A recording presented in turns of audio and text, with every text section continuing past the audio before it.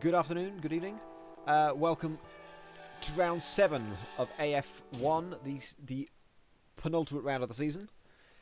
We're live at the Berlin E-Prix track in the Tempelhof airfield for this race. I'm lost now. Where's the track? Here it is. And here's the first few cars coming through, including Alex Voltashu. We've got a pretty large grid today. I'm quite amazed at, actually. We're doing quite well today. One thing it is playing up is my mouse. But there we go. Switch over that. Let's take a look at Jens Batesman. He's taking part in his first race in AF1 this season. And we'll follow him as he goes round the Berlin E-Prix track. Thank you, Redacted. I really appreciate that. Thank you. You know, I was deeply saddened by the death of Murray Walker, as we all are. He inspired me, and the first thing I did is looked online for a commentary microphone. The other one with the lip ribbon. I think it's called lip ribbon microphone. I was like, yeah, they can't be expensive. £300. £300. I think I'm gonna stay off that for now. I'll stick with the mic I've got now, but I'll do my best.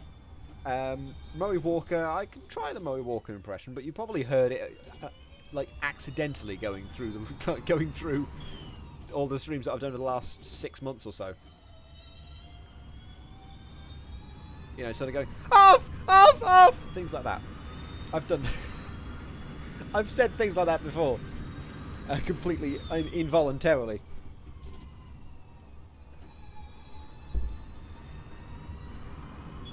Should be using a different mic today, so maybe it'll sound different, maybe it'll sound better. Hopefully it sounds better. If it does sound noisy or terrible, I can switch to my old mic. Just let me know. So Batesman's on his first lap at the minute. There are cars that are going faster than on this out lap, including Roman Nesh. But here's Jens Batesman. Let's see if he does a second flying lap, and we'll take you around this Berlin E-Prix track and show you around. So Jens cuts to the left-hand side to get the shortest possible run to the line. There is the line. It goes for 109.2. Now move to the right-hand side as you get the widest line through this insanely long left-hand corner. It just keeps going and going. This is turn 1. Now for the double right-hander at turn 2 and 3. It's super tight through here by comparison. A short stretch you pull to the right-hand side pretty quickly to brake for turn 4, a left-hand hairpin. This is practically a street track, but it's on an airfield. Flick through 5, which is probably quite tight. Probably flat, but not quite sure. Through turn 6, a super wide hairpin, so you get a really wide line. But still tricky. Now turn 7. A medium speed left-hand kink. Turn 8 is basically nothing, but now you've got the hairpin at turn 9. One of the tightest corners on the track. And finally turn 10. A slightly wider left-hand hairpin. And again, this sort of curved start-finish straight to finishes off. With Jens Batesman going for a 108.816. Good lap from him. Voltashu goes for 109.2 and Vicente Guerra goes for 109.0. Wolf 109.4. I should probably stand up like Murray did, but I need to move cameras. If I wasn't in charge of dealing with cameras, I'd be all over. I'd be doing. Let's give it a go. Let's give it a go.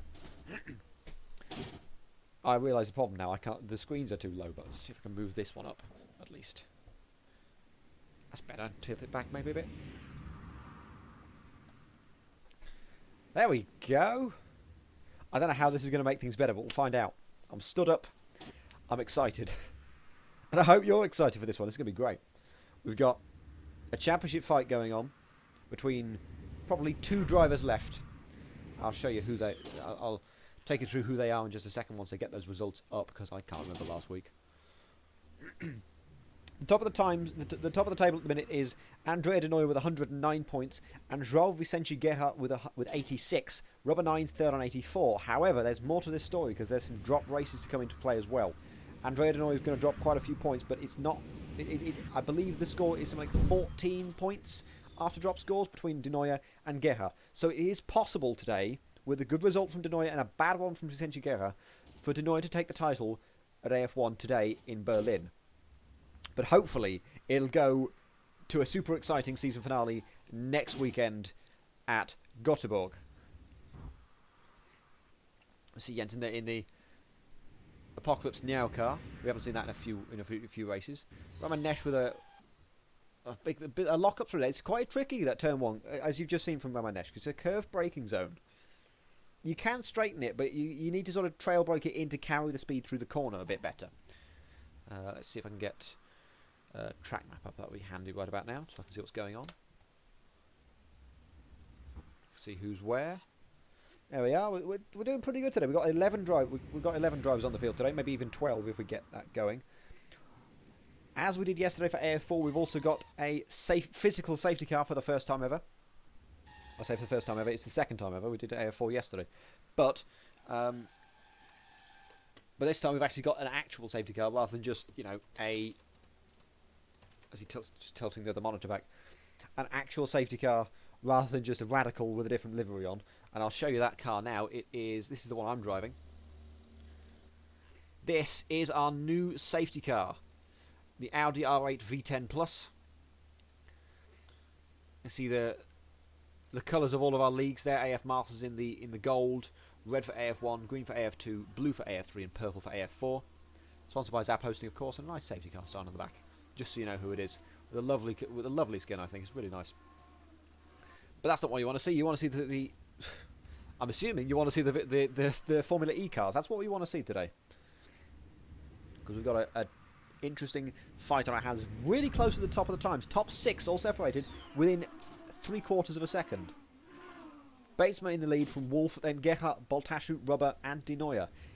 If it stays like that at the end of this race, that's going to blow this series wide open for the season finale next week in Göteborg.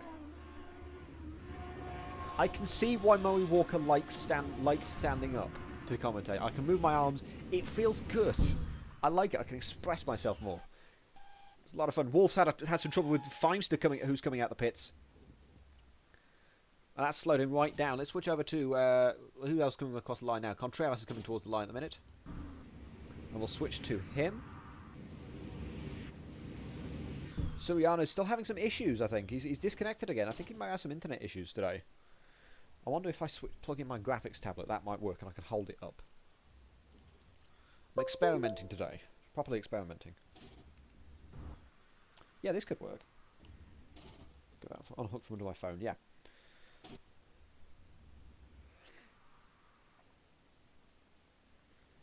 There's still quite a bit of traffic. I wasn't expecting... We have got quite a few cars on track. But, as Suriano's just come back, he's spent like 40 seconds... disconnected, and he's returned. He's gone again, which is strange. Jens Batesma just setting a new best time. Purpled the final 2 sectors, a 19.0 and a 21.5 in the final 2 sectors, a 108.5 overall. We'll show you one of the things that people have found over the course of this race. We'll ride on board with Boltash for a second. We'll go through turn 2 and 3. Got Bimythic in the way. He's in a sort of train of cars. He's got Batesma at the front, then Weber, Bimythic, Boltashu, Wolf and Suriano. But here he goes into turn 4. And see, just to the right there, there's a gap. The drivers can actually go through there and gain some time. However, well, we've banned it. It's quite clear it gains time. Batesman set another purple sector in the purple first sector with 27.8. That's another 2/10 up on his last sector time. We're going to ride a ball with him again because he's found another set of time in the second sector, another half a tenth of a second. We'll go for the off-board camera. He comes round towards the final corner, turn 10. Just under 6 minutes to go in this session at Berlin. There's going to be even more time found for Jens. Yes, it is another 3/10 he's found, a 108.2. No one seems to be able to hold a candle to him today so far. Daniel Wolf has been a little bit of a surprise this race. He's been sort of in there down the lower reaches of Superpole, but today he's found something extra and he's gone to P2 at the minute. Suriano improves to P7. Lucas Weber has stopped on track. He's where is he? Oh, he's in the pits now, but it wasn't a minute ago. Switch to Rubber as he comes towards turn 9. Contreras is coming towards the line. Meanwhile, improves to P7. That's a very good time for him. He puts him in the mix. 110. Okay, well, it's sort of the... This seems to be 2 packs. There's Batesman down to De Neuer, and then there's Contreras downwards. And they're both really close packs all the way through. It's great. So we could get some really good racing. Rubber improves to P4. Downside of having these sort of two packs is there's only actually six drivers in the top pack that would end up... so there's not much battling for Super Pole. But at the minute, crucially, one of those people that isn't going through to Super Pole is the championship leader, Andrea De Noia. He's currently 1.2 seconds down on Batesman in pole position. But he is on track at the minute. He's coming towards... is he on track at the minute? I can't find him. Oh yeah, he's coming through turn 2 and 3 at the minute. So we'll switch to him. Baltasar improves to P4 with some more time found. Only half a tenth faster. Wolf has stopped. He stopped after the finish line. And so has Batesma in the pit lane though. He stopped in the pit lane. Rubber has stopped on track. He's spun at the exit of turn 7, which we've just seen De Noia go past. I couldn't see Rubber on the track though.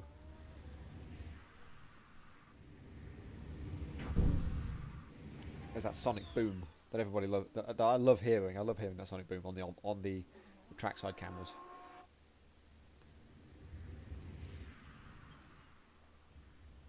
Thank you to all of you for joining us today. We're already up to track grip to 100%, so this is going to be exciting. I forgot to change the track grip, didn't I? Nobody reminded me because, well, why would they? No one wants low track grip. De Noia improves again, but not enough to get into that Super Pole. He's missing out at the minute by 0.04 of a second, and clock is ticking. There's only 3.5 minutes left. That's like 2, maybe 3 hot laps left if you include like a couple of out laps necessary. I'm going to sit down for a second. Yes, Ricciardo can get screen time in his safety car. Well, no, he can't because he's missing. Where's... Wonderful. Wonderful job from our race controller, Ali Yardimja. Contreras has had a spin. That's coming through coming towards turn 8. We're approaching the end of this session now, so let's go for this. I say, luckily today I'm not on race control, so I can focus more on streaming. And the other guys, we've got Daniel Ricciardo, our safety car driver today, and we've also got Ali Yardimja, the guy doing donuts in the pit lane. They're pretty awesome, but donuts to be fair. Doing race control. Loads of laps coming through. We've got some people doing as many as 10 laps in this session in only a 15-minute session. This is a bad time to need the loo. Rubber improves to P2. Still 0.4 off of Batesma though. Nothing can hold a candle to against Batesma at the minute. Rubber and Geha separated by 0.02 of a second, which might mean which suggests it's going to be a really close race later on. But right now it means very little. It just means do you go out 3rd or 4th in Super Pole. These top 5 times get wiped clean as we go to Super Pole, and they get another opportunity to improve their time. De Noia still got to find 1/10 of a second. We'll ride on board with. We'll have a look at him as he's heading round.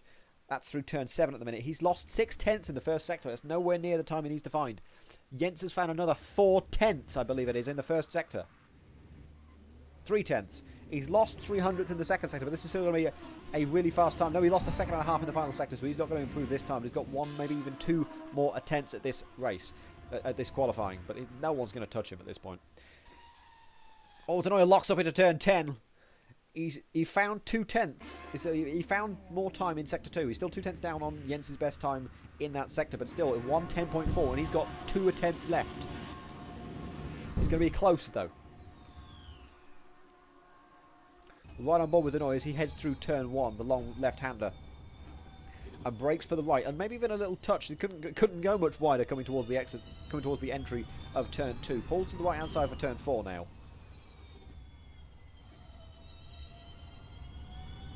Sacrifice the exit of turn 4 to get a good run through turn 5 and out onto the long back straight.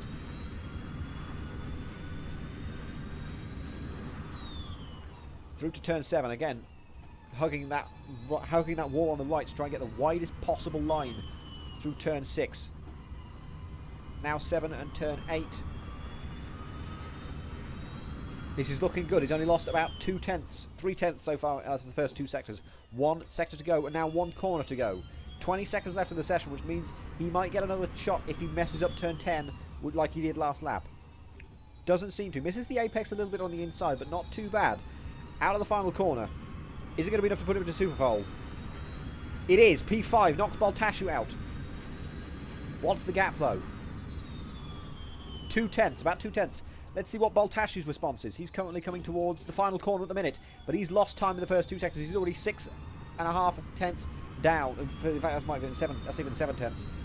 No improvement from Baltashi. He goes P6. So unless someone behind the lead pack, someone in the midfield pack, can find something crazy, and I'm looking at Matti Suriano. He's produced some impressive performances here and there. It's looking like we've got our 5 set. De Nooijer coming out first, then Wolf, Geha, Rubber, and Batesma. Wolf has spun. Wolf has spun at the final corner, so he's not going to improve. He stays P4.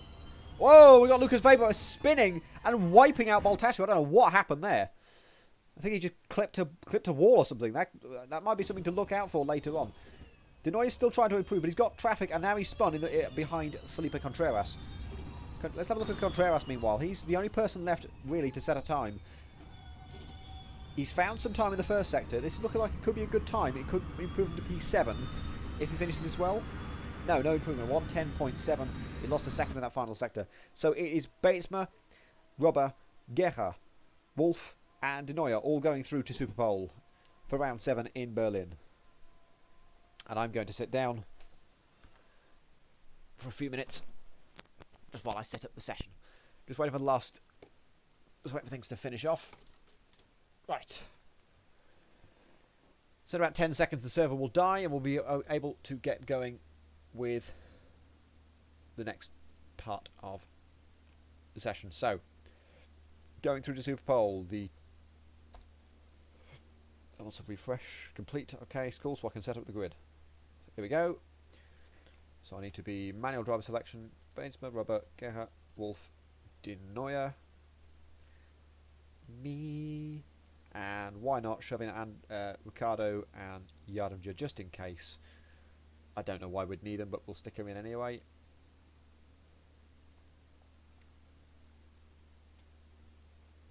I'm going to go ahead and undeafen myself. Yeah. Okay, server is dead and it will be ready to go for Super Pole in about 5 seconds time. So it's De Nooijer coming in first. But so we need De Nooijer, Yes. Geha, Batesma. No, it's Wolf. Wolf. It's De Nooijer, Wolf, Vicente, Rubber, Jens. As long as someone knows the order. Yeah, so the session is 9 minutes long, so we should have enough time for everyone to get round the lap. But we need to be sort of snappy. So it's De Nooijer first. So if De Nooijer can join the session, Ali and I cannot see the server. I say I haven't put it up yet. Ali and Daniel, you'll be able to join as well. I don't know if you'll need to, but you're there just in case. Just in case. Who's streaming? And we're It's away. It's up.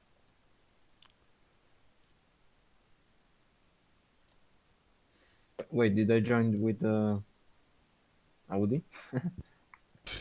I think if you join with the Audi, it should move you across to the Formula E car, but I cannot. No, yeah. I have a Formula E. That's what. Okay, good. Yeah, yeah.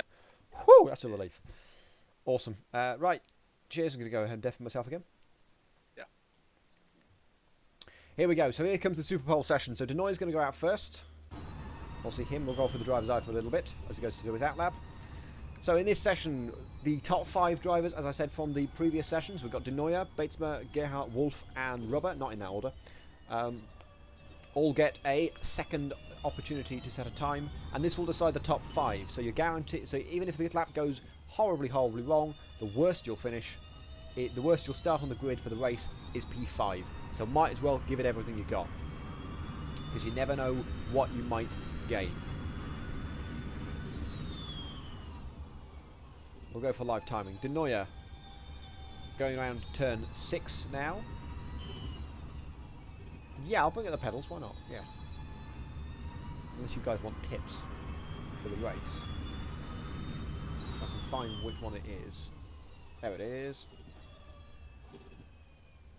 Stick it above something. Yeah, just stick it there. That's fine. Let's go for this camera, and we'll bring up the speedo as well while we're here as De Nooijer starts his Super Pole lap.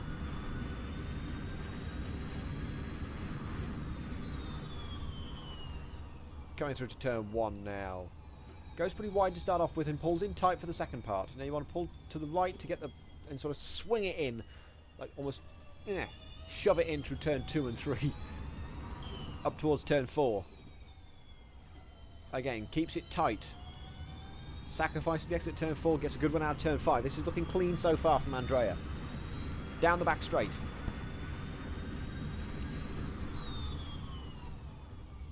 It's really hard to pick out your turning point for turn 7 and probably turn 6 and probably your braking point as well because it's so wide through turn 7.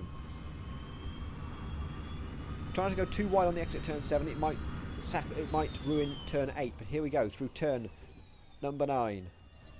The attack mode line today is on the exit on the outside of turn 7.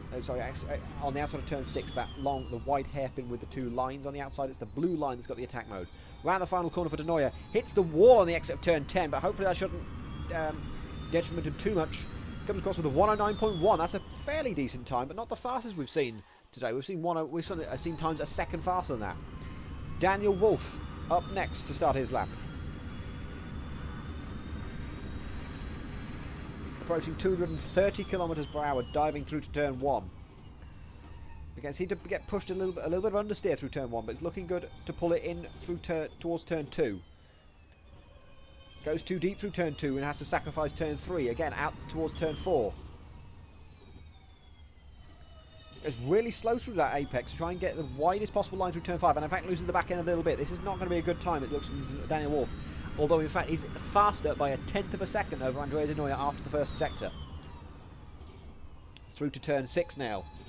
You see the blue line on the outside. That's attack mode. Turn 7 next. Then we'll be able to give you the sector 2 time. It's slower by about 400ths. This is looking fast for Daniel Wolf, just, but maybe not enough for a pole time. Through turn 10 now, 1 corner to go. 90 roughly through that corner. Pulls immediately to the left hand side, coming over the line. It is faster by 3/10. He found a lot of time in that final sector. He found 2.5 tenths in that final sector. He goes for 108.8. Next up is João Vicente Guerra. Basically in line with that white line. Daniel Wolf still hasn't teleported to the pits. He probably should. He has now. Everything's good. At least he's not in the way. That's fine. Hugs all the way through turn 1. Guerra again. Looks a little slow through turn 2 and 3, but that could be worth it. Turns too early for turn 4. Pulls it really tight. Practically stops through turn 4 to try and get the widest possible line through turn 5. He is 1/10 down on De Nooijer's time, and thus 2/10 down on the best sector 1 time we've seen so far. Doesn't take as much of a wide line as Wolf did and De Nooijer did. Let's have a look at turn 7. It's pretty good there. Seems about 140 kilometers per hour. Not too bad at all. Sector 2 time says it's purple through sector 2 by about 2/10 of a second. This is very good second sector from Guerra.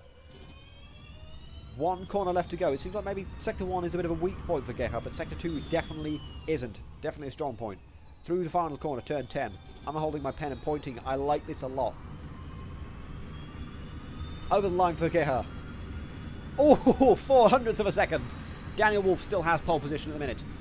2 drivers left to go. The first one is Rubber 9, who slides the back end out through the final corner. Are we going to have enough time for this for the last bit of driver? I think we will, as long as Bateman gets going. Now, through turn 1, 4, Rubber. Yeah, we should do. Looks very slow through turn 1. Can't quite decide where to turn in. Turn 2 goes very wide. That's got to be a second loss through there. Towards turn 4. Goes way deep. He's hit the wall. Rubber's going to be starting 5th at this point in time, because there's no way he's going to beat De Nooijer after a shoddy first sector. He's down by 2.2 seconds on Daniel Wolf's sector 2 time. Practically practices attack mode through turn 6. This is a terrible lap from Rubber. Through turn 7. Turn 7 looked pretty good, if not slow, because he didn't use it a lot on the exit. Through to turn 9. About 60 metres for the braking zone. Uses the pavement on the curb that he really shouldn't use. You shouldn't touch that thing, it's dangerous. 1 corner to go for Rubber. This is surely going to be P4. He is another 3 seconds. Oh no, wait, another second down through the second sector. Over the line for Rubber. 3.6 seconds down. It's a 12.4 from Rubber. One driver left, and that driver is Jens Batesma.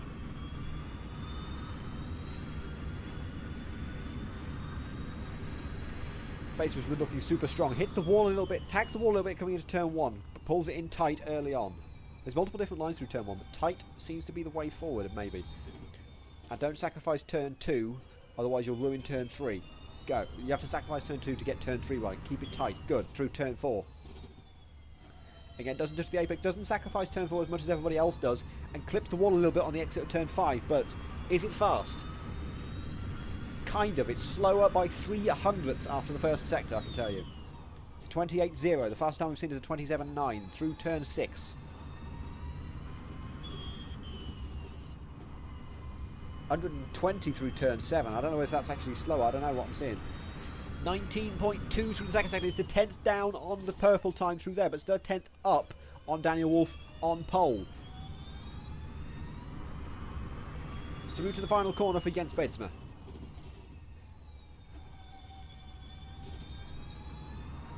It was a clean lap, certainly, but was it fast? Is it pole? It's not pole. It's P3. There's a sandwich between Geha and Batesma. 900ths off. Daniel Wolf starts on pole position for round 7 of AF1 in Berlin. I'm sure he'll be excited by that. João Vicente Guerra crucially starts P2. Batesma starts 3rd. De Nooijer starts 4th. He's got some work to do to catch up to Guerra. And then Rubber 9 starts P5. There's your top 5 on the grid for Berlin. And I've timed it so well, we're only going to have to lose about a minute of me trying to ad-lib. Who's your money on for the win today? Is it going to be Daniel Wolf? Is he going to hold on to it? Is Batesma going to come through from 3rd place? And crucially, what's going to happen with the championship? There's 15 points. I think it's 14 points between De Nooijer in the lead and Guerra in 2nd. But Guerra now has the upper hand on the grid. 25 points for the win, 20 for 2nd, then 16 for 3rd, and 13 for 4th. So that's 7-point reduction in that gap, if it stays like that, is incredibly crucial. And it will mean a super exciting race this time next week in Gothenburg. Right, we are just about done with Superpole, so let's just make sure everything's going well for the grid. I believe it's all done. Yes, it's complete. So, with any luck, with the entry list, it should say... Oh, yes, everything's good.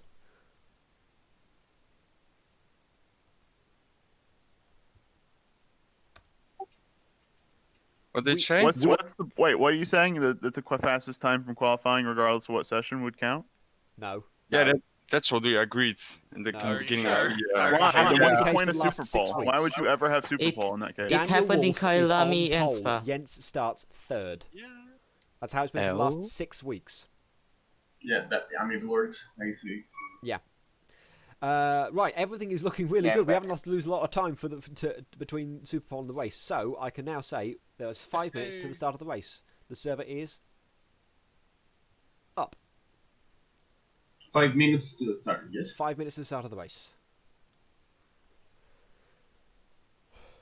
My throttle pedal glitched during my lap, so when I braked, basically the game gave me throttle, so I just went into the wall.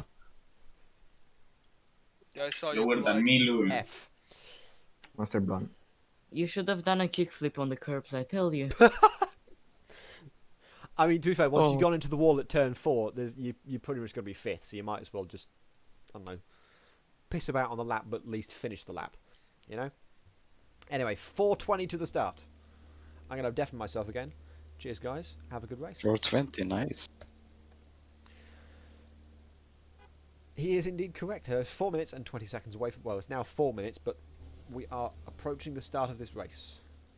We have our 3 race control cars. Ali Yardimja in the Audi R8. Dan Ricciardo in the Audi R8. And me in the Audi R8. We'll just stick with this camera. That looks very Formula E-esque, doesn't it? Let's get rid of the pedals, get rid of the gears. And okay, yeah, I'll leave it on this camera and we'll be back in a minute.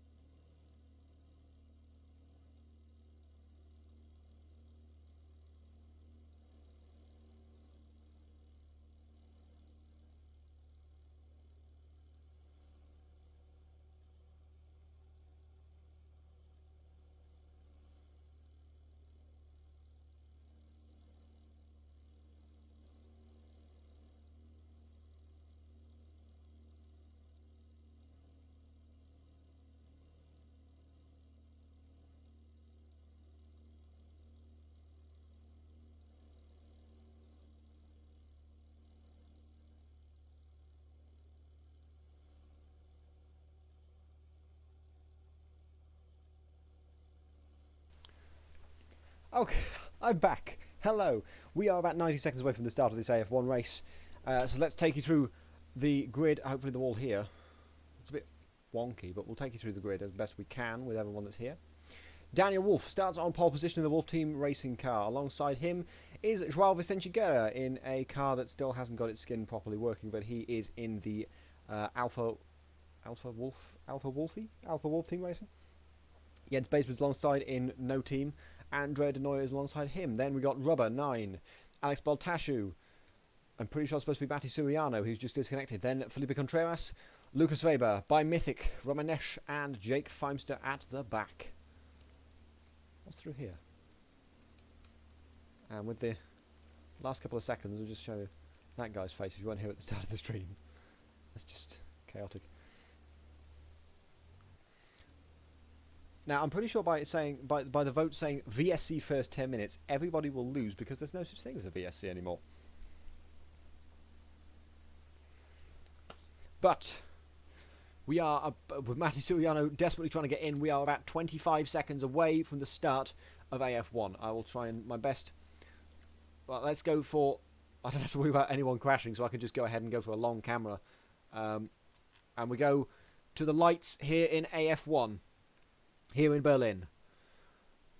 Daniel Wolf on the left. João on the right. Matti Suriano's dead again. And we're away in Berlin. A very good start from Jens Baseman behind. Daniel Wolf immediately crosses to the left-hand side to cut him off. Suriano's back in. He's got some bad ping, though, so I don't think that's going to last very long. Daniel Wolf gets through to turn 1 safely. Jens Baseman is trying to get past João Guerra for through turn 1 for P2.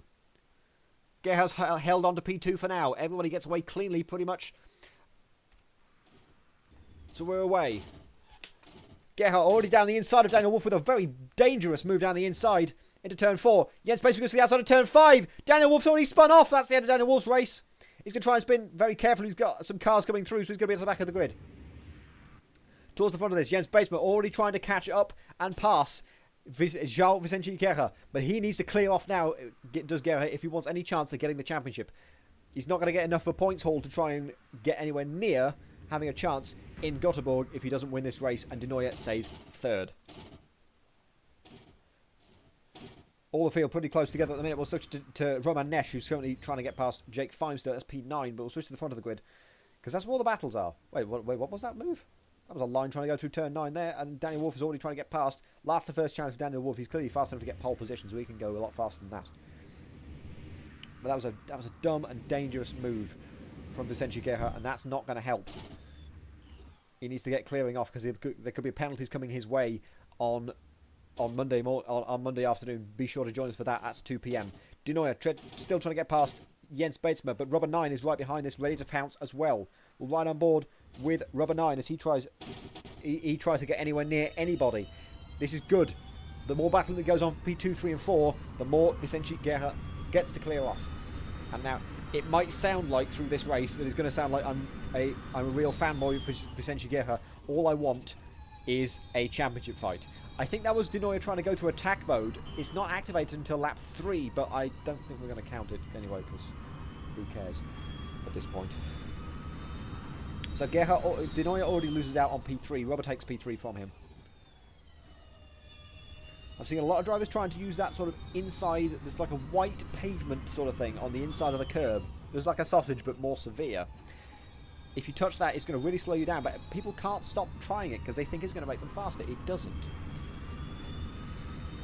110 from Guerra and about 4/10 slower for the next fastest guy.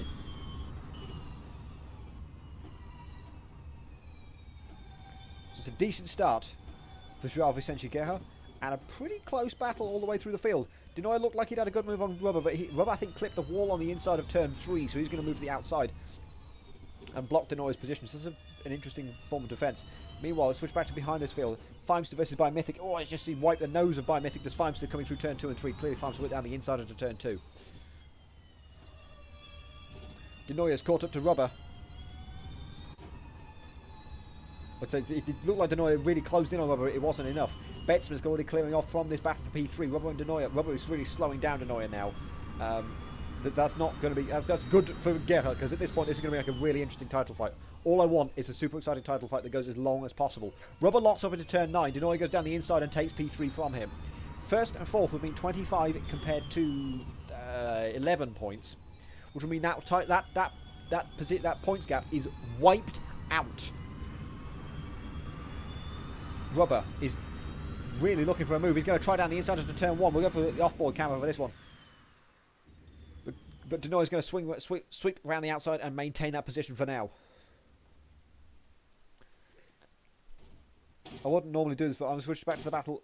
There's battle for P7 going on. There's battle for P9. There's sort of between... With battle for P8. Wolf, Feimster, Biomythic and Nesh at the back of the field. It's still worth some points. Feimster until recently was still in this championship hunt. Thank you, Avian Nerd, for following. Thank you very much. Look how quick I was on that. Boom, straight away. Oh, and thank you, Pedro. I'm going to call you Pedro. Thank you, Pedro, for following. I must have missed that while I was on break quickly. Bates was already closed down to within a second of João. Wolf into the attack mode for the first time. Same for Lucas Weber. He's following through, and he's already caught up to Bolt. They're both already caught up to Baltashu. De Nooijer goes wide at turn 9, just like Rubber did at 1 lap ago. Rubber can't take advantage of it this time, and retake P3. This is going to be a battle that goes on all the way through the race, I reckon, between De Nooijer and Rubber. We've got 2 attack modes available. In addition to that, we've also got a mandatory pit stop to take place during this race as well. With 40 minutes to go. We expect most of them to come around between the 25 and 30 minute mark, because that's sort of half distance in this race. But it can make a difference in this race, as it has during the season. We saw at Lippo Village, Arnie take the victory over Diego Domingo, overtaking the pit lane. The internal combustion engine you hear is the Audi R8 V10 Plus, the safety car, that I'm pretty sure Ali is just sort of spinning in the pit lane. Because why not? Batesman's now to within 7/10, but this is where the difficult part comes, because you get a little bit of dirty air on these cars, only a little bit.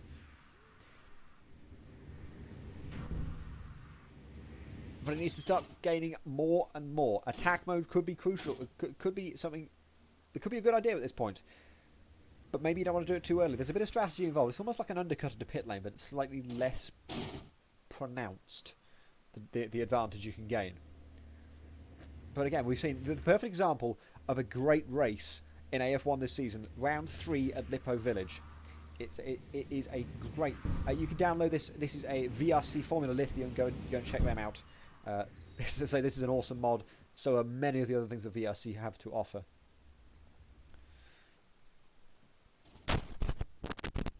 But yeah, it is a paid mod, and it's definitely worth it.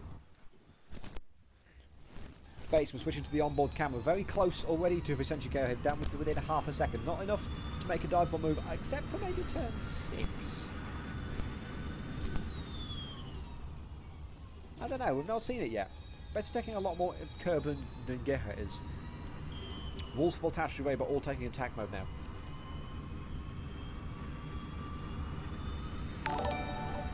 Thank you, Gridfinder, for following. Is that the Gridfinder I think it is? Oh, that. Okay, I'm going to switch to my old mic then. I'll switch mics. It's just easier. How's this? Does it sound better? I can move that away. Yeah, my headset is great when it works and really bad when it doesn't. It sounds worse. Oh, let me try and get up close.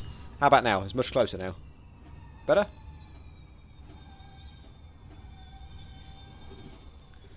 Still, Guerra trying to find a way past, but trying to block Bates with everything he's got. He's got 40 minutes to try and hold him off.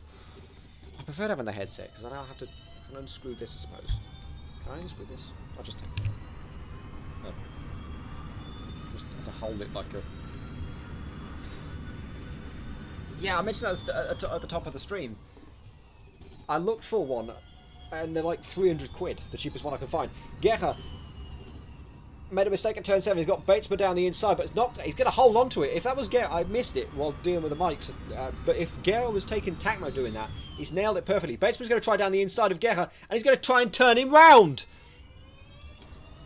Guerra takes P. Batesman has attack mode now somehow. How on earth did Batesman have attack mode? Guerra's going to do the undercut. What a move from Guerra down the inside. Just switch back through the. My favourite move, the switchback, as you probably know by now. They're side by side. Down the pit straight. Guerra, despite being the one without attack mode, is going to take P1 once again. But Batesman's going to be nip and tuck. They're going to be nose to tail for a very long time. And I'm here for it. It's going to be great. Daniel Wolf looking super strong on his comeback through the field. He's already up to P6. And Baltashu is following suit. Oh, Wolf had a little look there through turn 2 and 3. Not going to work this time.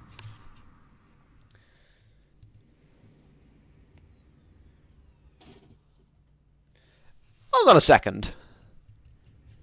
Batesman just pressed the button and then went through attack mode line a lap later. That might need to be investigated. But that's for after the race. For now, Daniel Wolf, meanwhile, is so close to Felipe Contreras. He's surely going to try and make a move into turn 9. He looks ready for it. He's looking aggressive. He's looking to make as much ground as possible. Coming back through the field. Dives down the inside to turn 9 and makes that move. Good job from him. He's got about, I don't know the gap actually. About 10 seconds. I got that right. I was thinking 10 seconds in my head. 10 seconds to catch up to Rubber for P4. So that could be something that brews on later into this race. And we'll see also if Contreras can follow him through. For now, Batesman, despite having attack mode, that's not Batesman. That's Batesman. Despite having attack mode, is losing ground to Joao. And right now, this is exactly what Joao needed. It didn't quite work out for him last week, even though he had a stroke of luck in the form of Denoya coming together with Bimythic. Speaking of the devil, he's had a spin at turn 1. He's got going again though. Lucas Weber dropping to P11, 30 seconds back from Bimythic. Weber already into his second attack mode.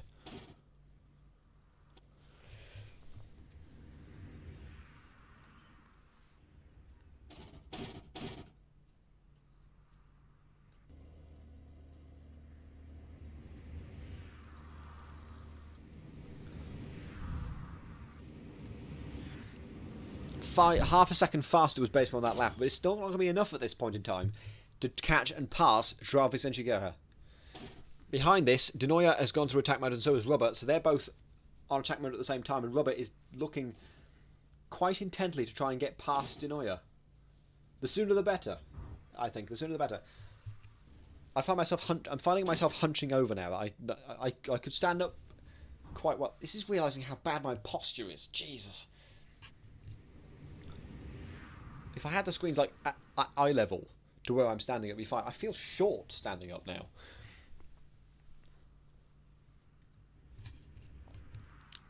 Is this prediction result is no in the first 10 minutes?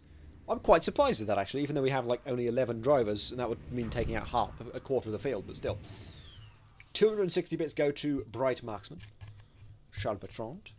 Congratulations to you, but not a lot of people taking that bet today. 27 viewers according to what I have at the minute, so thank you very much all of you for joining. This is a very intriguing race we got here, and a very and a race that could easily heat up the championship fight.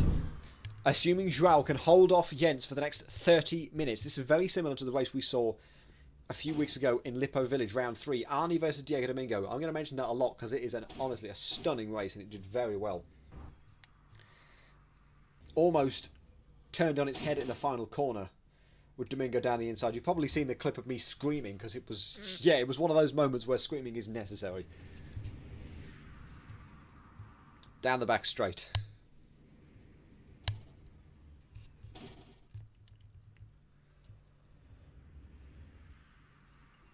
New prediction available. Win channel points. Wait, no, that's not it. Can I see the new prediction, please? I don't know the new prediction. Okay. I'm not the one setting the predictions, Ardo is, but now here we go. Prediction started. Half a second. Joao goes wide at turn 9 again, so Batesma could take advantage of this. He's out of attack mode now. Joao yet to use his first one. Batesma might have tapped the wall there. Safety car first. Pfft. We're past the first 10 minutes, but okay. Bates was still 4/10 faster than Joao on that lap. But again, the gap is not close enough to make a move. So Jens being shown up a bit here.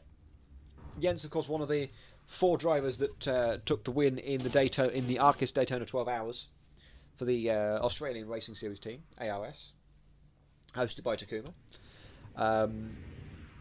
Also in the team, we've got Jens. Who else was in the team? Rubber was in the team, and Lucas and Jack O. Congratulations to all 4 of them on winning the LMP2 class there. But Jens is trying to go for 2 wins in one day. This is, as I say, this is Jens' first time. He goes defensive to Joao into turn 9. Jens is going to try around the outside, and Jens just goes wide and off track. So that's an excellent, well played there from Joao, coming through turn 9. Very aggressive, very... The word I'm looking for is... Stout? No. Staunched? No. Robust. Robust defence. That's the word I'm looking for. Still half a second between these two. As the rest of the field starts to spread out, these two are still nose to tail, and I hope that's going to stay that way for the next 30 minutes, so I'm going to struggle to find things to talk about.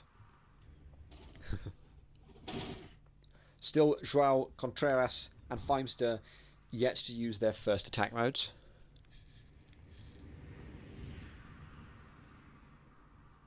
There's 2 different lines down the back straight, not that that really matters for anything at all.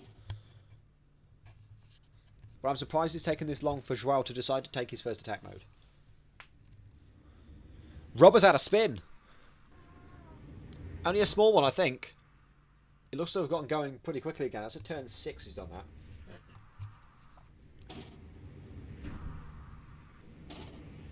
But still, switch to Jens again, because he's still... I can't take my eyes off this battle. It's too close. There's half a second between the two of them. And Jens clobbers the wall on the exit of clobbers the wall on the exit of turn 10. As we hear a spinning alley in the pit lane. Rubber's gone for his second attack mode. It's very early to be doing that.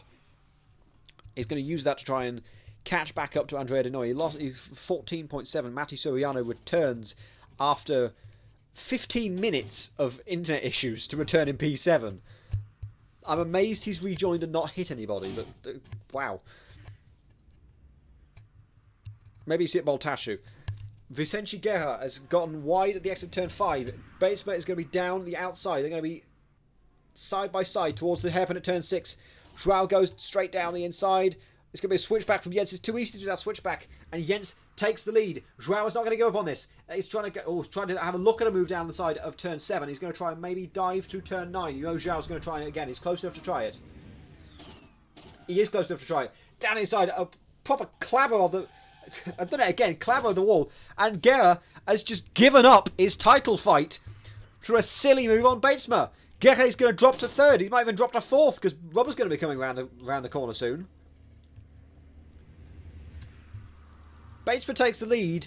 Denoya takes 2nd, and Guerra takes 3rd. Rubber has overtaken Guerra for 3rd, and Joao's going to take the pit lane now. Contreras appears to have stopped on track. Whoa! I have no idea what that was, but that was one of the worst rejoins I've ever seen. Contreras is going to stay there for a little bit, I think. Stay there and think about what you've done. But it's really close to the battle for P9 now. Feimster versus my Mythic. Contreras has clearly got a problem. He's had to go and do something. He's been kicked from the race as the leaders come through. I'm curious to see what happens. Well, I'll see if I can get you some information on that as soon as I can. Matti Suriano, who's returned after 15 minutes of internet issues to stay P6 somehow, it's amazing. Despite being kicked, there we go. He's kicked from the race now. There goes Felipe Contreras, our first retirement of the day, because of God knows what happened to him. Whoa, Biometric locks up into turn 1. And we'll lose ground to Feimster now. P10, a sure thing for now. Matti Suriano catching up. Batesman's into the pits, so Denoya takes the lead of this race. This will be crucial now. Batesman might end up playing a lot longer in the pit lane than Joao did. So we'll watch his pit stop. Let's see where Joao's coming around the corner. Joao is coming around the final corner now as Batesman starts moving again, but he's right at the end of the pit lane. So it's still going to be about 5 seconds or so between Joao and Batesman. Batesman is the net leader of this race at the minute. Yes, exactly 5 seconds. Look at that. I'm good at this. I'm good at this, you know. Juan, shut up. It's not that boring. I'm trying my best. Suriano. Losing a bit of ground to Joao Vicente as he comes out of the pit lane. He'll be wanting to keep onto the back of Joao as much as possible. Try and hoist him up the field. Jake Feimster and my Mythic both coming to the pits at the same time now. I think they're both on the same team as well. I forget. But there is action. There's always action because cars are moving. Cars moving is an action. Therefore, there is action. So shut. Matisuriano clips the wall on the exit of turn 6. Drifting through turn 7. Mwah, beautiful. That's right. I just out-logicked you. Daniel Wolf's had another spin. Oh, he's doing that coming into the pits. It's a tricky pit entry. Jens basically retakes P3. Let's see if I can get someone coming into the pit lane. I wonder if Baltash is going to... Have I timed this right? His game froze. Redactor says the game froze for Felipe Contreras.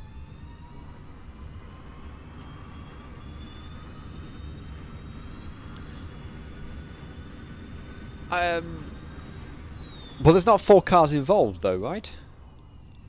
There's only 3, I think, at most. Because 5's got collected and by Mythic was there.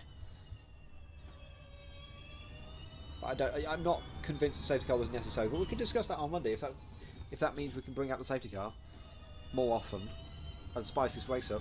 Yeah, go for it. Batesma has just lapped Lucas Weber, I just noticed. Still yet to pit. Let's see if we can bring you the pit stops. Still yet to pit. Denoya, Rubber, Suriano, Baltashu, and Suriano, Baltashu. No, I'll try that again. Denoya, Rubber, Suriano, Baltashu. The remaining 4 drivers left to pit. We approach the half-distance point of this race. Or half-time. Half-time. Where's my orange slices? I've got some biscuits here, but I can't eat them on stream because, you know, people hear it. Suriano into the pits now. If I know when people are coming into the pits, I might be able to switch to the camera. You'll see how tight the pit lane is. But obviously, how am I supposed to know when people are coming into the pits? I'm not in their head. I can't listen to any team radio. Biscuits or cookies? Well, it's Kirkland's signature, so the box says cookies. but they're biscuits. It's European cookie collection, so it's definitely biscuits, but they're calling them cookies because it's coming from America. It's done that standard thing where you import stuff from America to the UK, where they basically stick a new ingredient label over because the one there, the American one is wrong. Through attack mode, I'm guessing that's what Daniel Wolf was doing there, because that was... Or he just went wide, I don't know. Baltashu wide through turn 7, though. Rubber into the pits. This could be a little bit crucial, because he was around about where Vicente Guerra was. Guerra's coming towards the final corner now, so this could be... So Rubber's going to be passed by Batesman. Rubber's just stopped. Now has just stopped. He's moving again, so it's going to be close between Guerra and Rubber coming out the pit lane. Rubber's just past the speed limit line. There's Rubber there. So it is going to be Guerra staying behind Rubber, but he clips the inside wall, so he's lost some time there. Now we got a battle for P3. Excellent. Denoyer still has the lead though. Batesman second, Rubber third, Guerra fourth. But that will be Denoyer dropping back to at least second, maybe even third, when his pit stop comes around, which should be soon. Denoyer should be coming probably this lap, maybe next lap. And then we can get the real fight for the championship. I hear no bald eagles. Thank you for the bits, Ben Hayes. Thank you.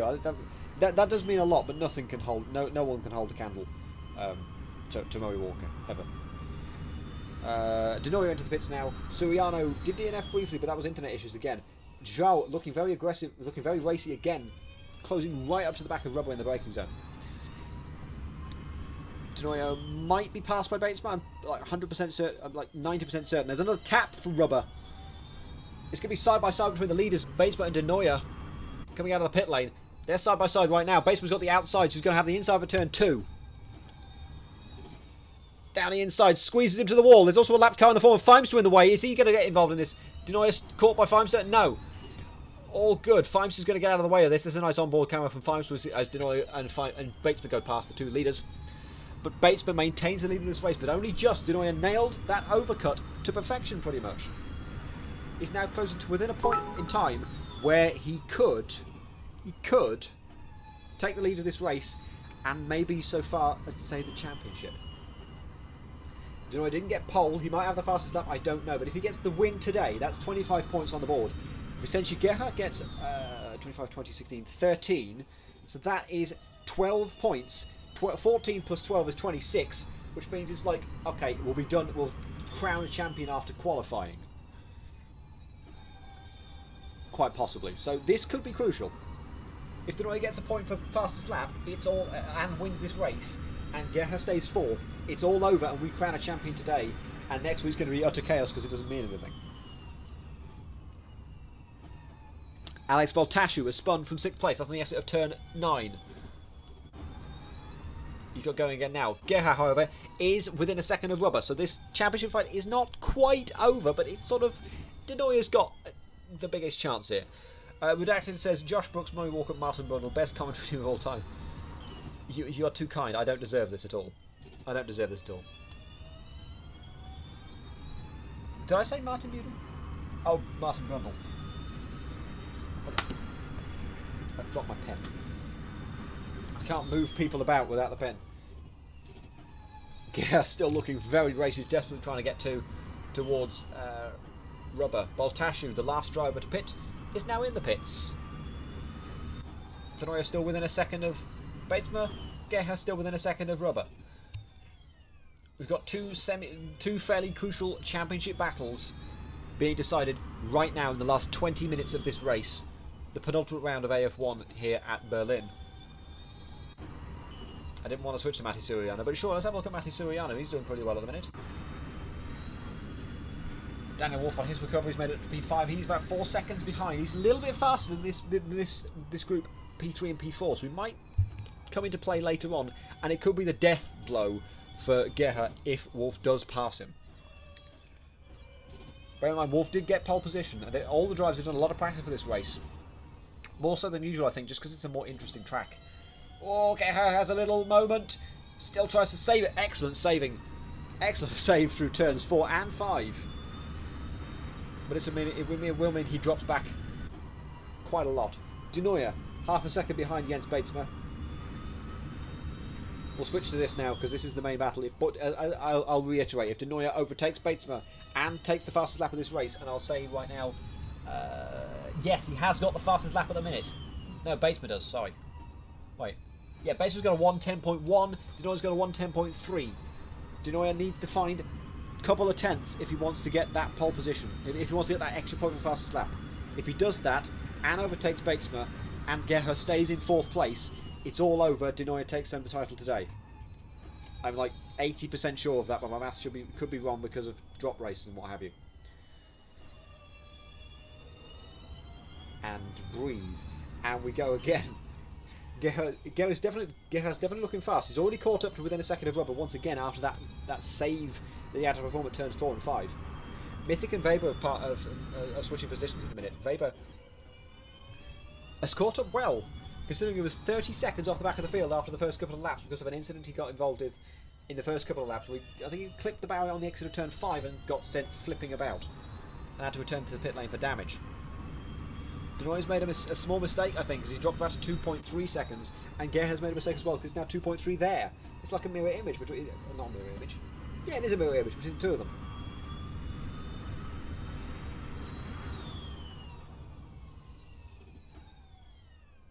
As we switch to Baltashu. That's Baltashu. As he closes in on Romanesh for P6. All this talking is grinding my teeth. That's not nice. Oh no! Sorry, I am mistaken. Again, with the fastest lap, it's actually a Daniel Wolf at the minute. He's the only one into the 109, so 109.995. Batesman's second on a 110.101. So now De Nooijer's got to find even more time. 4 tenths he's got to find to get that fastest lap point and close up the championship today at Berlin.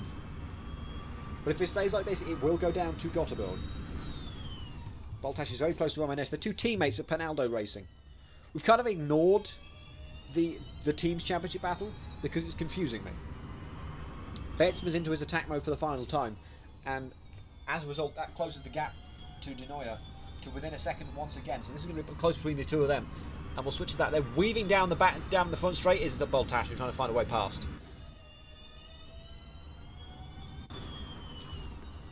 Baltash about a second faster than Nesh on that last lap.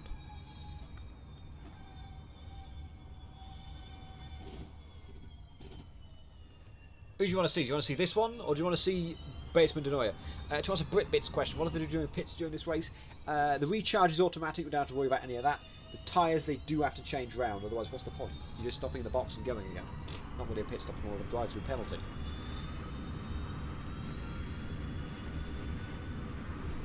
$15 to go. Through the attack mode, very gingerly goes Alex Baltashu. And De Nooijer still staying there within a second of Batesma. They've both got attack mode, so this is crucial for them. I'm saying crucial too much in case you haven't noticed. I need more words. Batesma going through attack mode now. He hasn't got any more attack mode uses though. So De Nooijer takes the lead of this race. Where is Jens Batesma though? I can't see him. He's right behind. He's side by side through turn 7. We'll switch to the offboard as we go down the inside. It goes against Batesma. That looks like a mirror image of the move about 20 minutes ago. Only this time it was clean, and it was De Nooijer instead of Gerha. De Nooijer's going to try and switch back through the final corner. Gets a good overlap.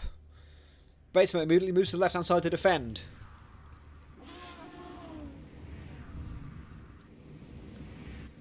De Nooijer's going to look to the outside line through turn 1, swing all the way around the outside. If you stay alongside, you've got to move down the inside of turn 2.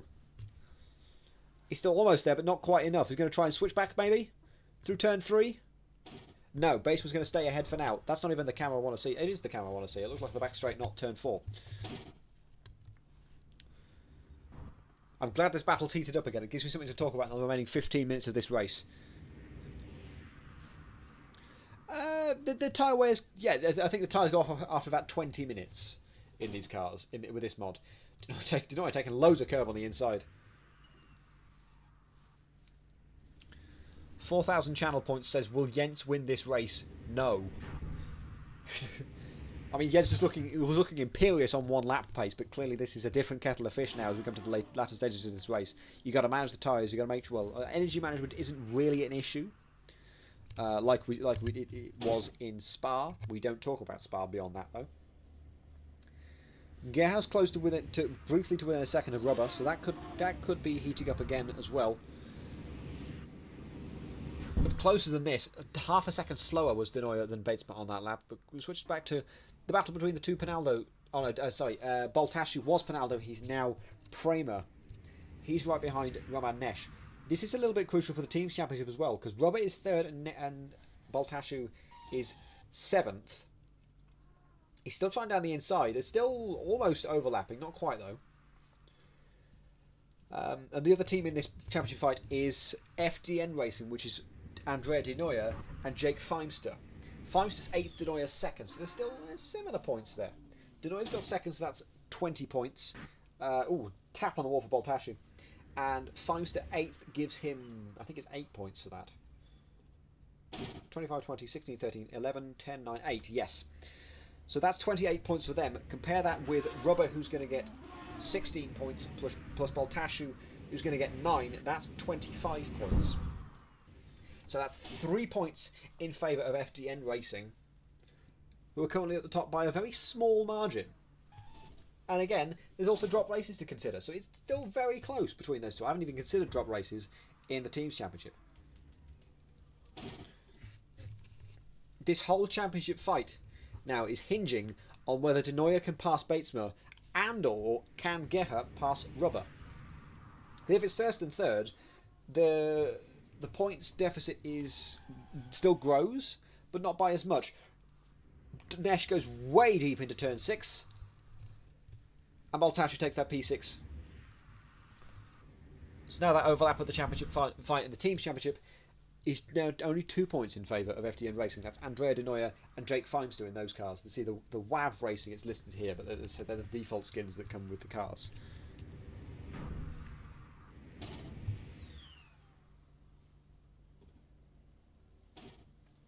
You say that the tap would have put the FE car out of the way, but it's surprising how much the FE car can actually handle with the walls. Like a small tap or a small graze on the wall isn't really that big of a deal in these cars, in real life.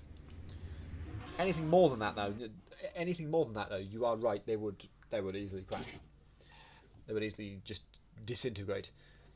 3/10 faster again is Jens on that lap. De Neuer's going to have to stay 2nd at the minute, but Gerhard, this is the crucial time for Gerhard. He's 4/10 faster than Rubber on that lap. So now is the time to push. Just over 10 minutes left in this race. As I say, at the minute, Batesman takes home 25, will take home 25. De Neuer takes home 20, Rubber 16, and Gerhard 13 points. So that's 7 points in favour, taking it to 21 points, the gap between De Neuer and Joao.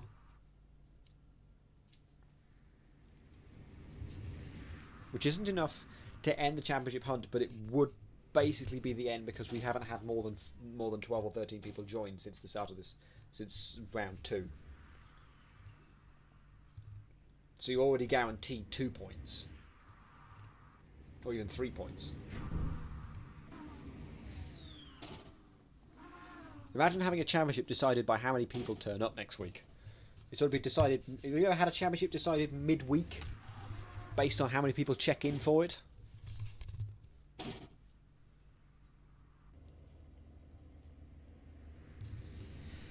Let's have a look again at the times over the line. 1:11.0, 1:11.1. Gerhard's still not gaining enough.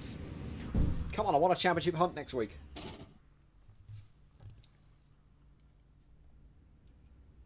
But even then, it's still only like 18 over 21. It's like not really much of a difference, but Gerhard is still in the hunt at that point in time. But anything can happen, of course. Next week is Gothenburg, and it's going to be incredibly close. The track is tight, it's twisty, it's narrow, certainly. Overtaking is definitely possible. It's wide in certain places where it's possible. There's overtaking zones in the first corner, turn 3, the last corner. But mistakes will be punished heavily. And it's a very short track.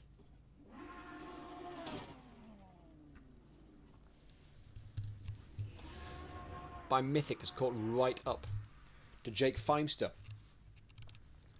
in the battle for P8. De Neuer once again 4/10 slower than Jens Batesma, and Gerhard half a second slower than Rubber 9. There's only 8.5 minutes. There's only 8 minutes left in this race. 9 minutes left. Time is really running out. Oh, you can hear it when I move. Whoopsie daisy.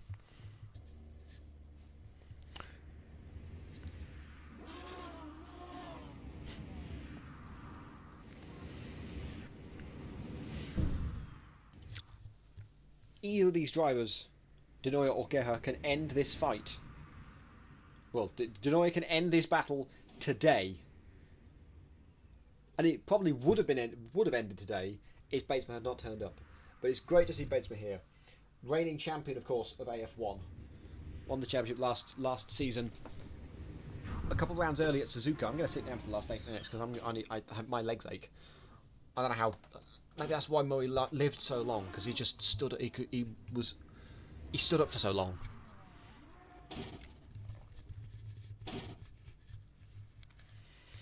Yeah, I'm sorry you guys in race control and safety car aren't doing anything. Hopefully this doesn't mean we can't have it anymore, because I want it back. It'd be amazing. By Mythic. Switch to him. He's still within a second of Feimster.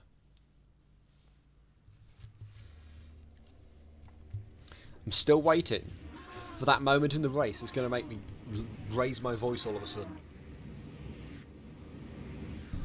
We half got it. I don't know, Nitron. We sort of half got it when Contreras got a game freeze and stopped on the racing line and collected Jake Feimster.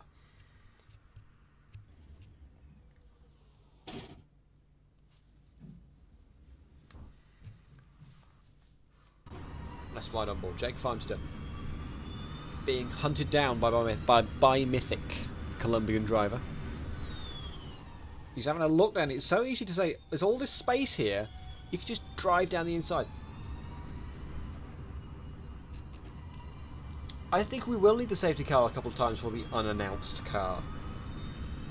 I will say the announcement for that is coming next week.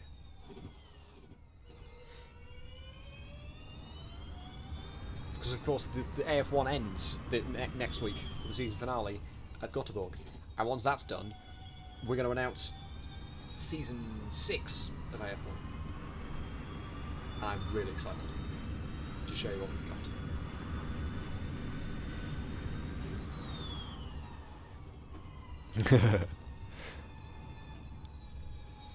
What do you? Well, I was about to ask what you guys think of the safety car, but you haven't seen it. It hasn't worked. It hasn't happened today.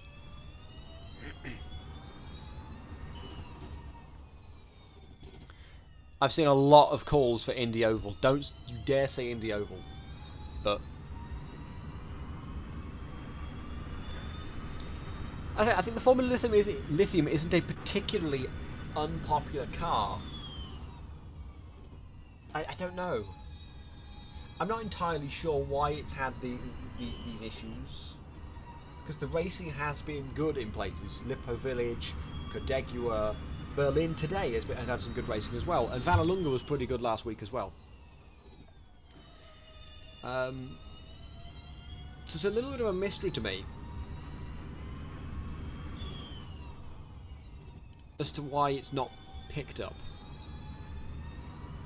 But I can promise you this, next season will be so much better. It'll be as good as AF3 is this season, the World Touring Cars. That's like the best league we have right now, I think. AF3, we got 32 drivers, plus many more waiting in the wings as reserves. And Jake Feimster goes wide at turn 3.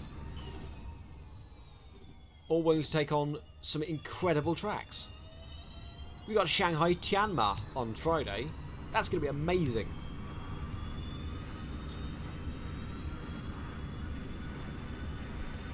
Such a tight track. Such a small track. Now, not to get your hopes up again. Vicente Guerra is catching up to Rubber. 4/10.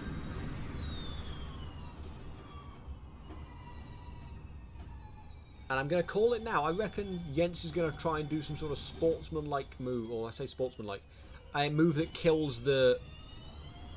A move that would kill the championship and just let Denoya win this race. Let Denoya pass and win the race. Just to end it all here. But Denoya still wouldn't have enough points, but it would end if Gerhard didn't get...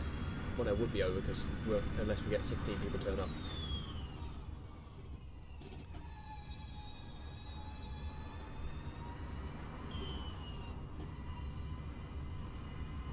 Oh, the Honda's fine. The Honda's fine. The Toyota's fine. Just haven't set it up properly. All the car we've tested all the cars. All the cars in AF3 are great. They just actually. You said the Lada's were going to win the race for sure. Blank's already beaten my best time in the Lada, which I thought was amazing. He's already beat it in the Volvo. So the Volvo might be pretty good next week as well. Another half a second. Gerhard's caught up. There's only 3 minutes left in this race, so Joao is running out of time, and he needs to get that position if he wants to stay in the title hunt.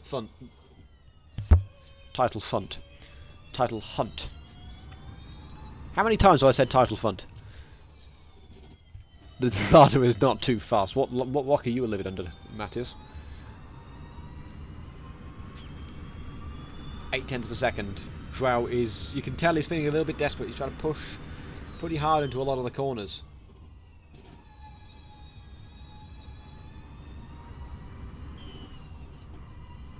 Over the sausage, over the pavement goes Rubber.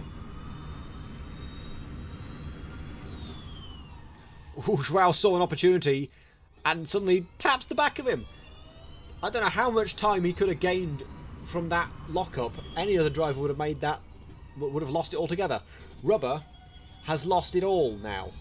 He's right there. Rubber and Joao are right there together. Oh, he's diving into turn one. I had a look at a dive into turn one. This is going to be a very interesting final couple of laps. Still looking over and over again. Oh, Rubber has a bit of a slide on the exit of turn 3. That was a great save. Baseman's coming up to a tap between Rubber and Gerhard, but it's all they're both going in a straight line. Just about. Rubber's having a bit of a spin. I suspect you can maybe tell he's got flat spots on his rear tyres, so this is going to be a little bit difficult for Rubber to keep that third place going into the final couple of laps. Joao looks round the outside of Rubber. Rubber stays ahead for now. Oh, that's the wrong button. That is the right button, just on the wrong screen. Joao's still going to look around the outside. They're still side by side coming through turn 8. Joao's going to be down the inside into turn 9. Makes that dive. Goes way wide. Rubber takes that position back. But they're still so close.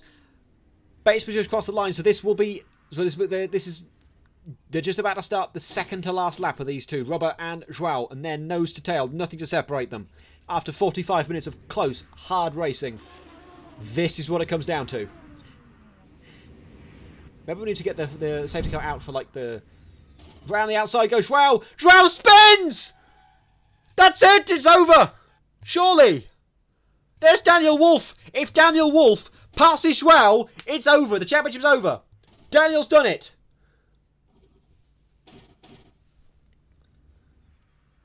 The difference between 4th and 5th is 2 points. It might not be over, actually. It might not be over. Denoya's going to get 20 points out of this race, and Gerhard's going to get 11. So that's another 9 points, so it's going to be 23. So yes, it's over, because we haven't had more than 13 people turn up since round 3. But, or is it?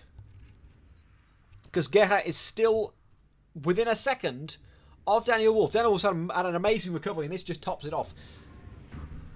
He got wiped out on lap 1 of this race. To the very back of the grid, to P12, and he's recovered it to P4. My driver today has got to go to Daniel Wolf today. Fastest lap is going to go to Daniel Wolf as well with a 109.9. Denoya hasn't improved his fastest lap. So this is the final lap of AF1 Berlin. I'm not quite sure if it's going to be if the championship is going to be over, but Gerhard finishing 5th is pretty much the nail in the coffin of this championship for him. It might not be completely certain, but it'll be as good as certain. Weber and Mythic switching places. Mythic has gone walkabout on the outside of the track. Where is Mythic? He's currently at turn 9. How did he get there? Okay, I need to switch back because Gerha's quite close to Daniel Wolf. Going into turn 6. Back end sliding a bit. He's going to pull to the inside a bit tighter. I'd love to switch to Batesman now because he's about to win this race, but there's still battling going on between these two. Mythic's now stopped. He's on the outside of turn. Is he in the pits or something? He's found the pit lane. Jens Batesma takes the win in Berlin. Andrea De Neuer will come in P2 to potentially take home the title here. Rubber is going to finish P3 to top off a stunning result, but it's going to be pretty close between Wolf and Gerha. No, not going to be close enough. Daniel Wolf is going to take on P4. Gerha's going to take on P5.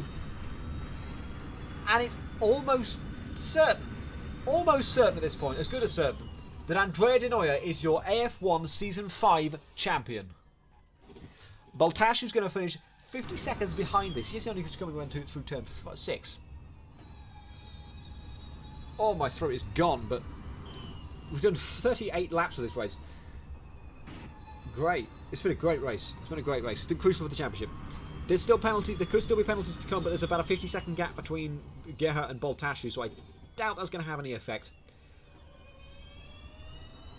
But I say, things can still happen. If Baseby gets a penalty for activating his attack mode incorrectly, that's 5 seconds in itself, and he drops behind De Neuer, and then it would be over. There's Baltashu. Everyone's finished except by Mythic, who's currently he's at turn 10, so he's going to be over. So there we have it. That's round 7, done and dusted. Do we get a little parade lap? We do. We get some donuts from the safety car. Beautiful. Indicators flashing as well.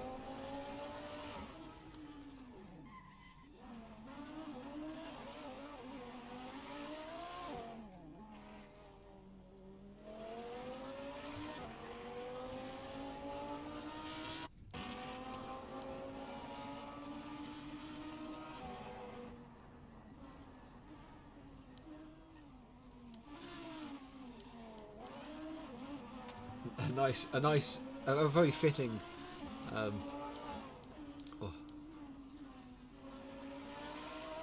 nice parade lap from the safety car, from the new Assetto Friends safety car, the Audi R8.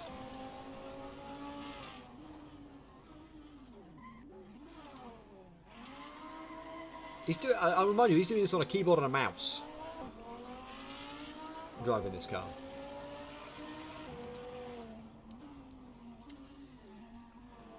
I'm pretty sure, I'm like 95% sure the championship is yours, Andrea. I will attempt to confirm it now. I'll add on the points to the scoreboard and try and take some off. So, De Neuer gets 20 points, so he's on 129. Gerha gets 5th and gets 11. So he's on 97. 129 to 97 makes the gap 22. But then there's also drop scores.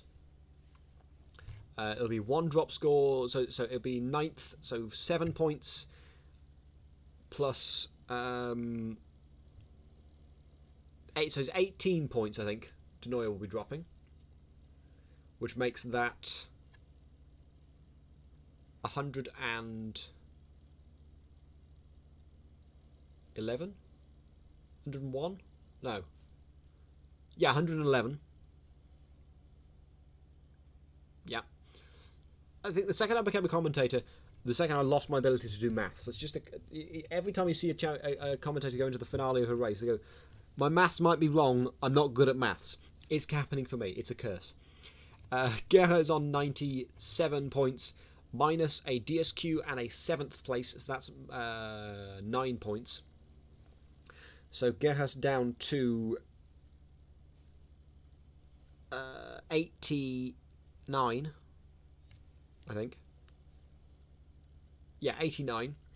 So 111 plays 89. means 22 points. 22 points. And I will check Rubber's score, but I doubt it's going to have an effect either, because Rubber's going to be on... He's going to get another 16 points. So Rubber's on 100. Rubber's going to lose an 8th and a 5th. So he's going to get 9 points because he's got pole position down as well. 9 plus 5th place, which is 10. So 19 points for Rubber puts him on 81. So Rubber's out of it. He's 30 points down. So it is just between Denoya and Geha. The gap is 22 points with 1 race to go and 27 points on offer.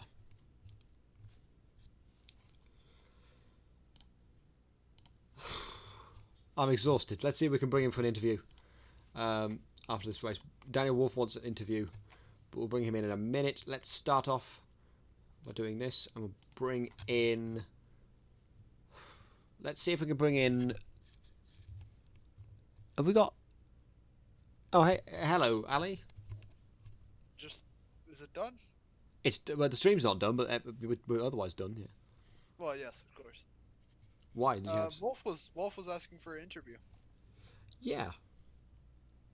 Why not? Let's bring him in here. Let's Denoya's and Defense. Let's start off with Denoya. Yeah. Andrea Denoya, can you hear me? Hello. Yes. Hello. Not quite the win today, but certainly what you needed to bring you within like a hair's breadth of the championship today. The gap should be 22 points between you and Geha. How's it feel? Pretty good. It was good to fight with Jens. It was pretty fast. Yeah, I did what I wanted to do, so I'm okay with it. Lovely. And in the team championship as well, you've got a pretty decent hold on it now. Now you've got second place and Thimes finished 8th as well. So it could be coming home with a double. Yeah, I don't know. I have to do the math. I just tried doing the math on stream. It's not easy. I don't like. Yeah, can Joao gain 25 points? Yes, he can. So I believe the gap is 22 points between you and Geha. So But if he Joao needs to- gets the win If he and you gets- don't finish, My points still the same. Will be the same, no? And he is gonna drop another race, right?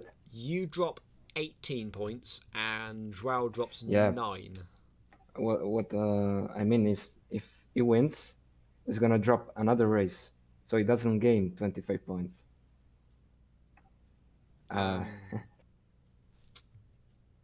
Actually, think about it. Understood? I mean, even if next week you don't finish, you finish outside the top 9. Yeah. You're guaranteed a 9th place, which is 7 points. So, yes, it's all over. I Yeah, keep I forgetting think about that. It's all over in the most anticlimactic way of saying so. Congratulations, Andrea Denoya, AF1 champion. Thank you.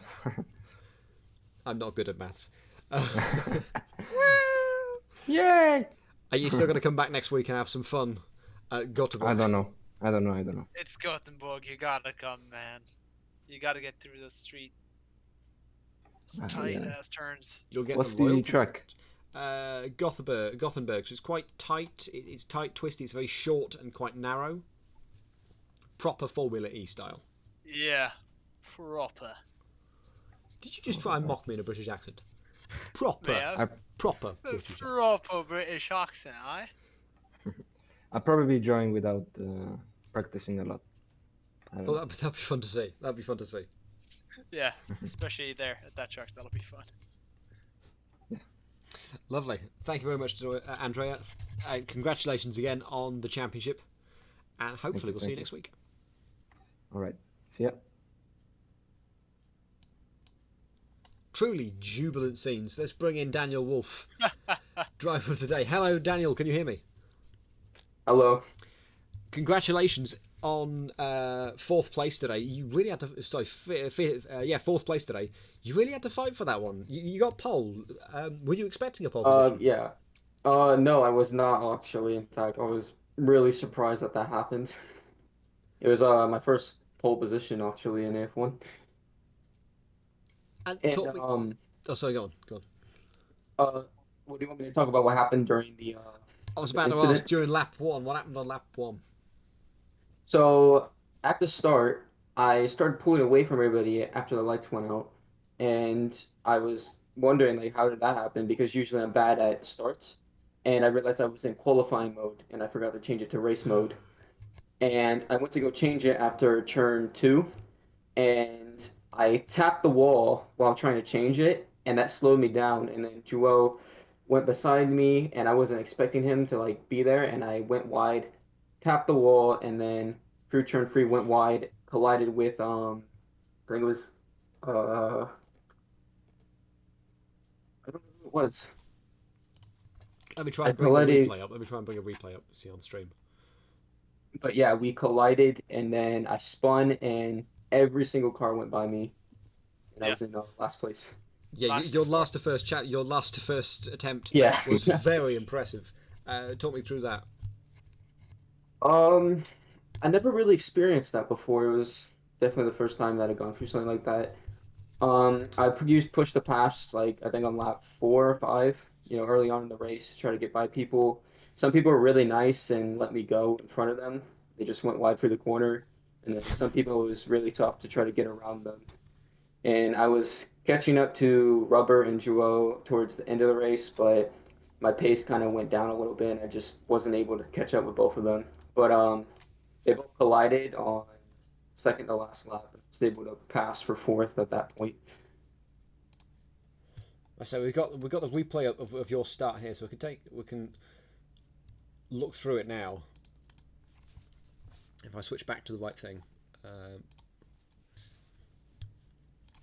here we go. So we'll go for the onboard camera here. Very easy to get with a little bit of wheel spin, which dragged you across the left-hand side. Yeah, fortunately, and then blocking off Jens immediately. yeah, and I couldn't rejoin because all the cars were going right out in front of me, so I had nowhere to go. I think it's probably at this point you realise you got the wrong setting. Yeah, you can see. I can feel you changing it at that point. See careful in the mirrors. Dives down the inside, fairly aggressive move. I was not expecting that. Oh, and then you got caught. Yeah, you got caught up by Jens trying to go around the outside. Let's go for a different shot on that. Let's look at Jens's position.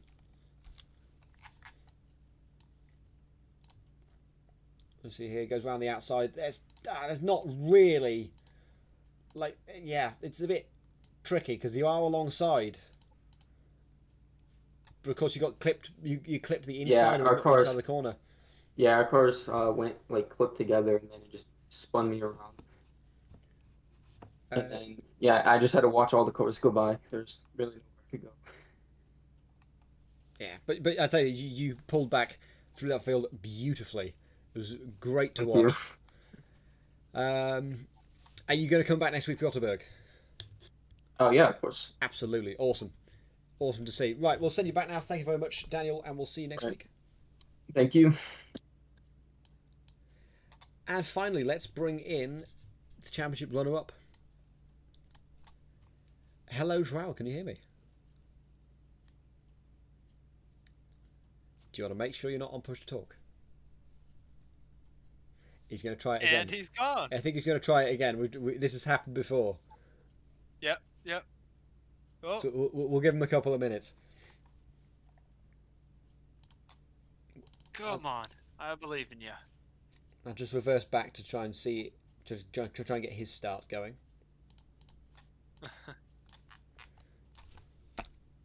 So I have to start from his perspective when he comes back in. We'll try him again. Let's drag him in again. How about now? Joao, can you hear me? His mic is muted. His mic is indeed muted. I think there might be some sort of issue. Apparently, Joao wants an interview. I'll see, but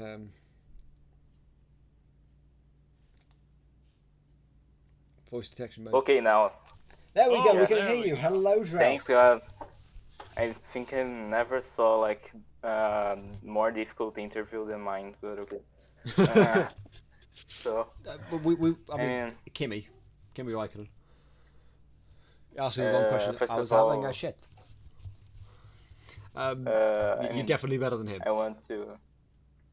Yeah, I mean, first of all, I want to like congratulate Denoya, for the title. I'm sad, but anyway. So, and also, I feel kind of sorry for Daniel. I mean, my move was kind of aggressive, and since we're almost teammates, I should have waited a little bit. But I mean, my mind was like, I need the win, to keep the championship alive. And then that's pretty much what happened between like me and Jens. I kind of tried the dive bomb, but miscalculated it and kind of lost the race. But I should like have done that because it was all or nothing. So pretty much like that. All or nothing driving is awesome to see from our perspective, so thank you for that. Yeah, you fought really hard with Jens through the first half of this race until a small mistake you made just before the pit stops. 15 minutes, yeah. 15 minutes of battle. It was intense. It was a nice battle. It was intense for us. And I could have wished it would. I kind of wished it would go on for the whole race because that would be amazing to see. But I'm just going to show a replay of your start now. Okay. Which is a fairly decent getaway, but Daniel Wolf's start was amazing. So you already were under pressure from Jens, who's onto your right. You just see his blue front wing. He's just holding on now down the inside. Jens has been dispatched for now, so you can now focus on Cash and Daniel Wolf. Yeah. But now talk me through this. Then I see the space there, and I mean I did the move. It wasn't like unfair, but it was harsh, and as I said, we are kind of teammates, and we agreed to change positions for the championship. So I should have waited a little. Forgot the team orders. Yeah, you kind of agreed. He told me, but at the end, I kind of ruined this race. Pretty much.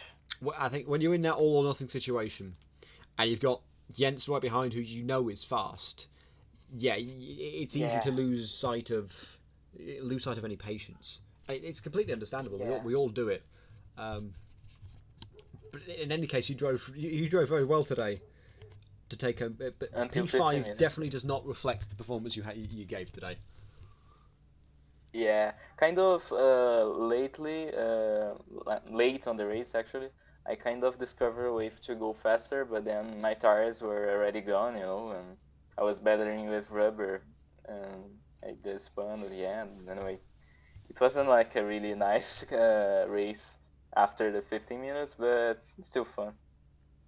Oh, glad you did have fun, and hopefully we'll see you next week in Gothenburg. Well, I hope I can attend because I'll be karting in the morning, but I hope I have time to. I mean, that's certainly more fun as well. Being able to go actually physically karting. Oh, that's good. Well, but I probably will have time, so I plan to join. Hopefully, it'd be great. It'd be great to see you, and it'd also be kind of disappointing if it turned out that would be like the reason that would be the end of the championship just because you couldn't join next week. So it's kind of a bit better that it ended this week and not be like disappointed, anticlimactic next week. Nice. Anyway, thank you very much, Joel. I'll send you back, and hopefully we'll see you next week. Okay. You're welcome. And I think that's where we'll end it for today. Thank you, everybody for joining us. That's it for the racing for this week. We've got tomorrow the Steward stream, Monday at 2 PM. As always, we've got AF3, we've got AF4, and we've got AF1 to look at. AF2, actually. We've got AF2 next week. No, I mean for the Stewards meeting. Ah, I see. Yeah. This is why I normally work alone. People don't listen. I'm kidding. Next week for racing, we've got AF3 at Shanghai Tianma, round 2.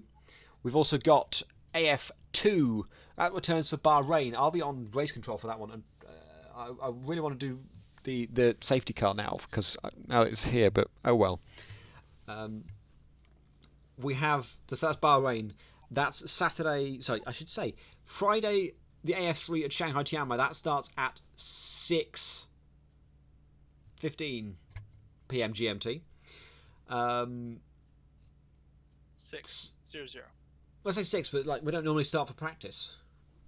but it's about 6 o'clock, just after 6 GMT on Friday night.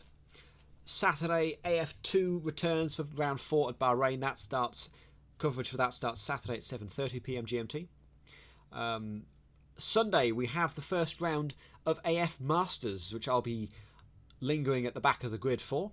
That starts 12 p.m. GMT on Sunday. Be sure to join us for that. We've got the Ferrari F138 at Silverstone for round 1. That's going to be great. And AF1 returns for its season finale. What's probably going to be an absolute crash fest. And I can't wait for it because it'll be so much fun to watch. That is same time next week, 5 p.m. GMT on Sunday. So until tomorrow for the Steward stream, it's goodbye from me. And goodbye from me as well. Yeah, Polybius likes to